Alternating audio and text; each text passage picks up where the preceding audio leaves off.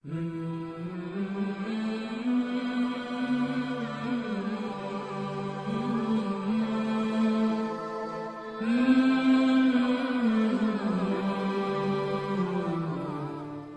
اللہ الرحمن الرحیم۔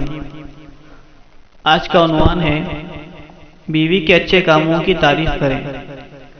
حضرت مولانا پیر ذوالفقار احمد نقشبندی صاحب دامت برکاتہم العالیہ لکھتے ہیں، اگر عورت غلطی کرتی ہے تو خاوند تنقید کرنے سے نہیں چوکتا تو پھر تعریف کرنے سے کیوں چوک جاتا ہے؟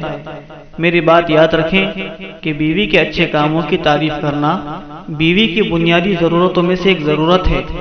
گھر میں بیوی کوئی اچھا کام کرے تو خاوند کو چاہیے لازمی اس کی حوصلہ افزائی کرے، اس کی تعریف کرے۔ مثلا کھانا اچھا بنایا، اس نے گھر کو صاف ستھرا رکھا، چیزوں کو اچھی طرح اور خوب سیٹ کیا، اور بیوی کی محنت سے گھر دیکھنے میں بھی خوبصورت ہے، ہر کام اپنے ہر وقت پر مکمل ہے، تو خاوند کو چاہیے کہ بیوی کے اچھے کاموں کی تعریف کرے۔ یہ انسان کی فطرت ہے کہ جب وہ کوئی اچھا کام کرے تو وہ چاہتا ہے کہ میری تعریف ہو۔ چنانچہ بیوی بھی جب گھر میں سارا دن کبھی کوئی کام کر رہی ہے تو کبھی کوئی کام کر رہی ہے، اور اس لیے کر رہی ہے کہ میرے خاوند کا گھر اچھا ہو، ہر چیز وقت پر تیار ہو، تو اس کی محنت کا اتنا صلہ تو اس کو ملنا چاہیے کہ خاوند اپنی زبان سے چند تعریفی جملے بول دے کہ ہاں یہ کام بہت اچھا کیا۔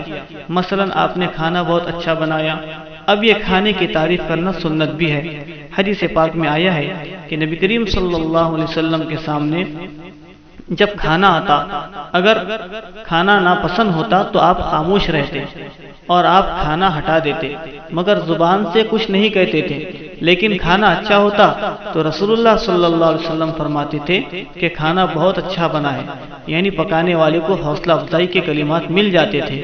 اسی طرح گھر کے اور کام کاج ہیں تو ان کاموں میں بھی خاوند بیوی کی تعریف کرے کہ آپ نے میرے کپڑے وقت پر تیار کیے، آپ نے وقت پر بچوں کو تیار کر کے بھیج دیا۔ وقت پر بچوں کی ہر چیز تیار ہوتی ہے تو جو اچھے کام ہیں ان کو اچھا کہنے میں کیا رکاوٹ ہے؟ پتہ نہیں خاوندوں کی زبان کیوں گونگی ہو جاتی ہے، وہ بیوی کے اچھے کاموں کے بارے میں ایک لفظ نہیں بولتے، اور جہاں ذرا سی کوئی کمی کوتاہی نظر آ جائے وہاں تنقید کرنے سے باز نہیں آتے۔ یہ انتہائی ناانصافی کی بات ہے، اور اسی ناانصافی کی وجہ سے گھر میں پریشانیاں بھی آتی ہیں۔ رب تعالی عمل کی توفیق عطا فرمائے۔